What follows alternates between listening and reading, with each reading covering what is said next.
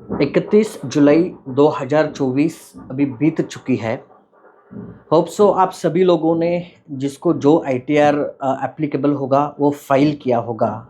And right now आप सब लोग कब मेरे को रिफंड मिलेगा इस इंतज़ार में होंगे। लेकिन मेरे प्यारे दोस्तों, इनकम टैक्स की ओर से रिफंड मिलना, उसके लिए एक डिफाइन प्रोसेस होता है।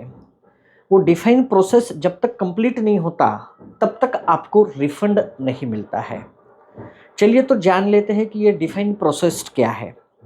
पहली तो बात है, जैसे ही आपका इनकम टैक्स का रिटर्न आप फाइल करते हो, उसको विद इन 30 डेज में आपको ई वेरीफाइड करना पड़ता है।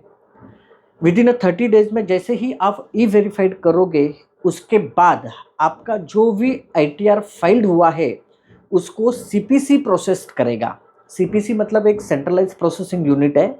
वहाँ पे आपका आईटीआर जाता है, ये मशीन के द्वारा प्रोसेस होता है। यहाँ पे कोई मैनुअल इंटरवेंशन नहीं होती है। आपका आईटीआर प्रोसेस होगा और आपने जो कैलकुलेशन किया उसका रिकैलकुलेशन होता है इनकम टैक्स की ओर से। अगर आपने जो कैलकुलेशन किया और इनकम टैक्स ने जो कैलकुलेशन किया वो अगर सेम है तो आपका रिफंड ड्यू हो जाएगा, मतलब तय हो जाएगा।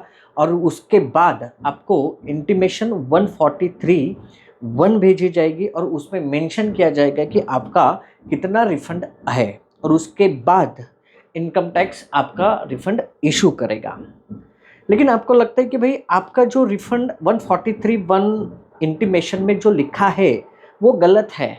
इनकम टैक्स वालों ने, सीपीसी ने कुछ डिडक्शंस थे जो आपको अलाउ नहीं किए, लेकिन आपको लगता है कि भाई ये लीगली आपको अलाउड है, तो उसके अगेंस्ट में आप सेक्शन 154 का रेक्टिफिकेशन भी कर सकते हैं। लेकिन ये सेक्शन 154 का रेक्टिफिकेशन आप कब फाइल कर सकते हैं?